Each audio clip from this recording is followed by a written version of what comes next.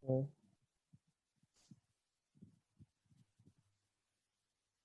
Assalamualaikum warahmatullahi wabarakatuh.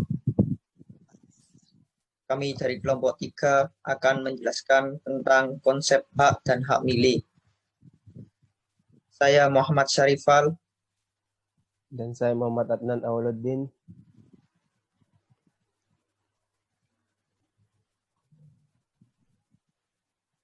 Apa itu hak?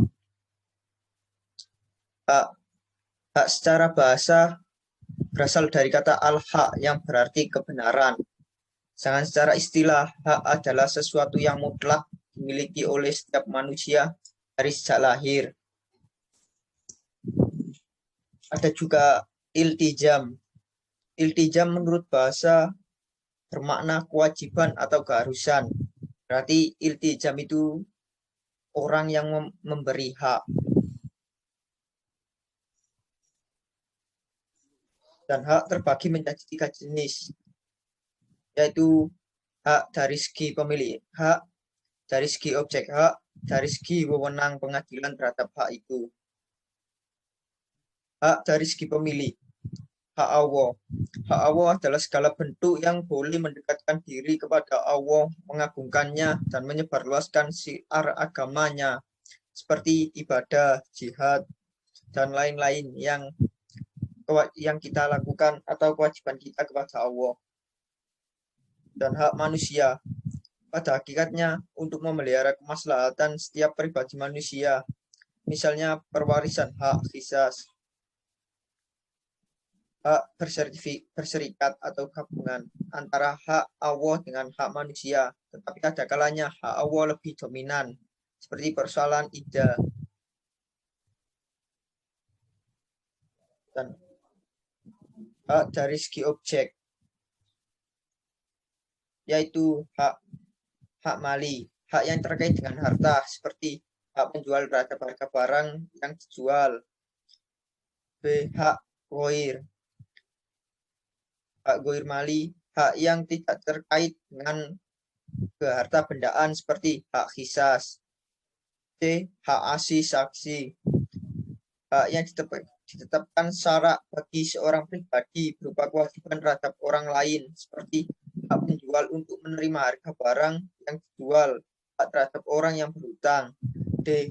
Hak al-aini, hak seseorang yang ditetapkan syarak terhadap sesuatu sehingga ia memiliki kekuasaan penuh untuk menggunakan dan mengembangkan haknya itu, seperti hak memiliki sesuatu benda. E. Hak al-irtifah, hak terhadap benda yang dijadikan sebagai jaminan hutang. C. Hak dari segi wewenang pengadilan.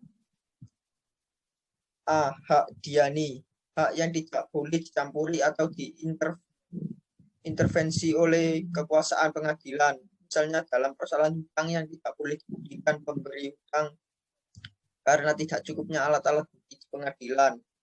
B. Hak khodoi, seluruh hak yang tunduk bawah kekuasaan pengadilan dan pemilik hak itu mampu untuk menuntut dan membuktikan haknya itu di depan hakim.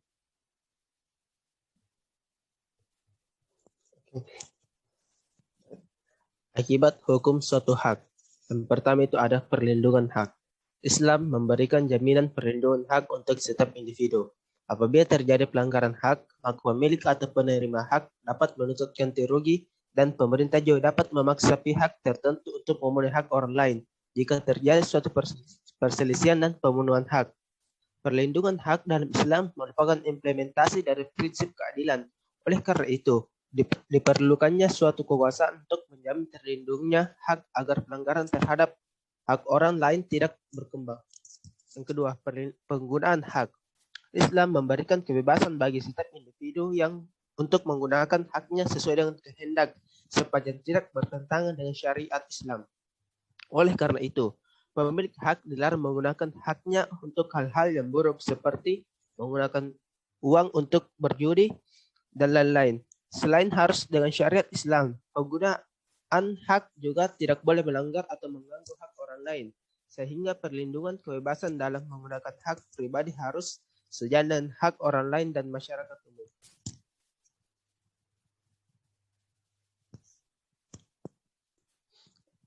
Hak milik. Pengertian hak milik adalah kekhususan terhadap sesuatu harta yang menghalangi orang lain dari harta tersebut dan kemungkinan pemiliknya bebas melakukan tasarruf kecuali ada halangan syar'i. Dimensi lain dari hubungan khusus ini adalah orang lain selain pemilik harta benda tidak berhak memanfaatkan atau menggunakannya untuk keperluan apapun kecuali si pemilik telah memberikan izin. Asal-usul hak milik. Manusia merupakan makhluk yang hidup bermasyarakat dan membutuhkan orang lain untuk memenuhi kebutuhan hidupnya.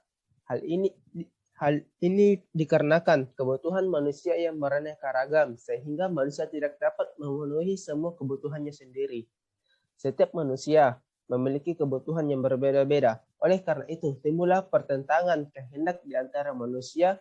Maka dari itu, untuk melindungi kepentingan dan kehendak masing-masing individu perlu ada aturan sehingga tidak merugikan dan melanggar hak orang lain.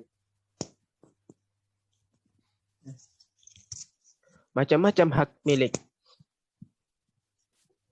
Hak milik berdasarkan objek, yaitu milik al-ain, yaitu tentang benda. Yang kedua, milik al-manfa'ah. Yang ketiga, milik ad-dain atau milik piutang, seperti harta yang dihitungkan, harga jual yang belum terbayar, harga kerugian barang yang dirusak. Yang kedua, unsur hak milik berdasarkan unsur harta. Yang pertama, al-milik at-tam atau pemilik benda dan manfaat. Yang kedua, al-milik an-naqis, pemilik hanya salah satu unsur harta saja. Contohnya, pemilik atas manfaat diperoleh dari via ijarah, i'arah, dan wakaf. Yang kedua, pemilik atas benda tanpa manfaat, seperti wasiat. Hak milik berdasarkan bentuk. Yang pertama, milik mutamayyaz atau milik jelas.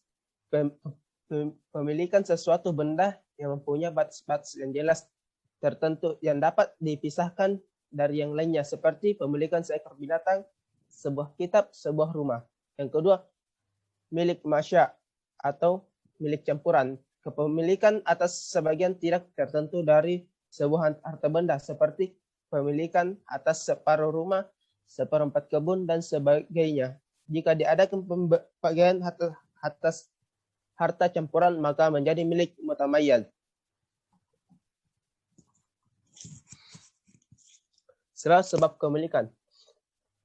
Yang pertama, bekerja. Yang kedua, harta yang diperoleh tanpa bekerja.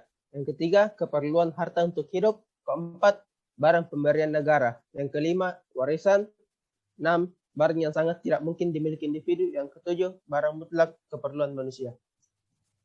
Sekian dari kami. Assalamualaikum warahmatullahi wabarakatuh. Bagi yang ingin bertanya, silakan tulis di kolom komentar. Terima kasih.